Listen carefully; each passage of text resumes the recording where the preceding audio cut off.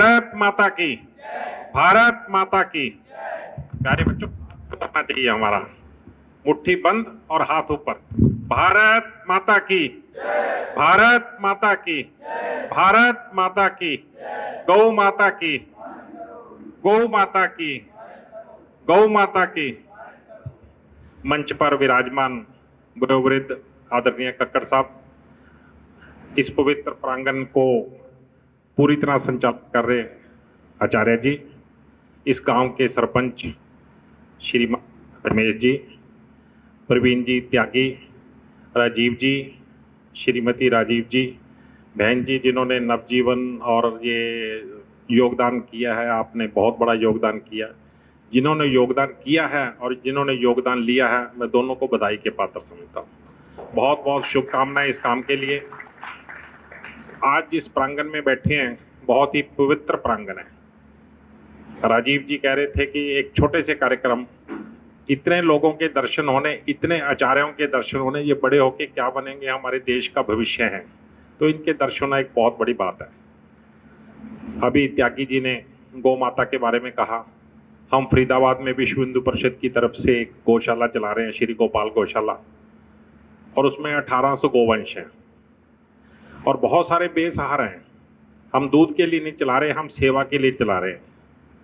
वो हमारी सेवा करती है माँ, जहाँ हम उनकी सेवा करते हैं। हमें नहीं आया, मैं पिछले 10 साल से उसका अध्यक्ष हूँ।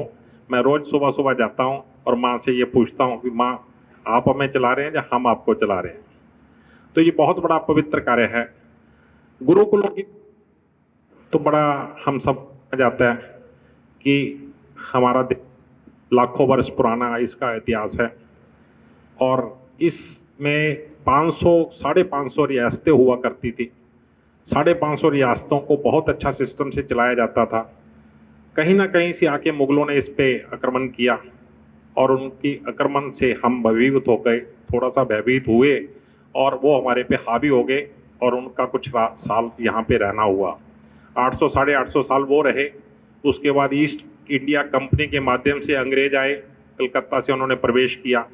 प्रवेश करने के बाद उनका क्या था कि हमारे देश को कैसे छिन्न भिन्न करना है, हमारी संस्कृति को, हमारे संस्कारों को कैसे छेड़छाड़। उस पे शासक जो वहाँ के पार्लियामेंट के सांसद मैकाले ने यहाँ पे पूरे देश का भ्रमण करने के बाद उन्होंने ये देखा भी ये बड़े कोई भिखारी है और ना यहाँ को अशिक्षित है। अभी राजीव जी कह रहे थे भी हमारे देश में अशिक्षित हैं 25%। आप देखिए 1800 शिक्षित गुरुकुल चल रहे थे, गुरुकुल के माध्यम से शिक्षा मिलती थी।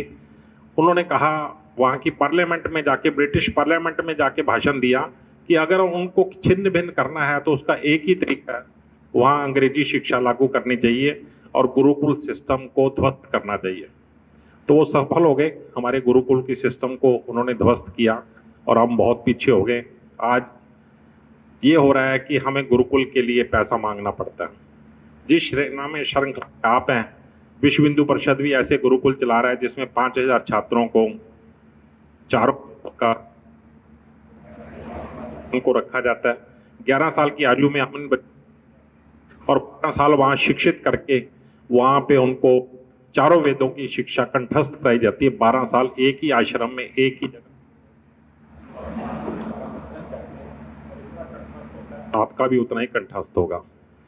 तो ये हमारे देश में बहुत अच्छे स्तर पर चल रहे हैं, लेकिन जो इसमें आर्थिक अभाव है इसको सबको मिलजुल कर दूर करना चाहिए। अभी जैसे बहन जी ने अपने को गोबर गैस प्लांट दिया, ऐसे लोगों को आना चाहिए, आगे आना चाहिए और इन गुरुकुलों को कैसे ना कैसे आगे बढ़ाएं, इसके लिए बहुत बड़ा योगदान अपने को करना चाहिए।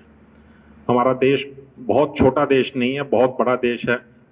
आज से कुछ साल पहले शायद हमारे देश की उतना नाम नहीं था, लेकिन पिछले 15 सालों में जो हमारे देश का नाम हुआ है, जो हमारे प्रधानमंत्री जी ने यहाँ कार्य किए हैं और आर्थिक तरक्की की है, हम पूरे विश्व में 5वें नंबर पे आर्थिक तरक्की पे आए हुए हैं।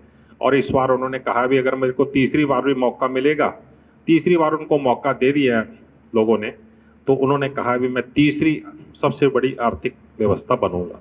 तो ये हमारे लिए बहुत बड़ी खुशी की बात है। तो मैं आप सभी को बहुत बहुत बधाई देता हूँ, शुभकामनाएं देता हूँ और अपना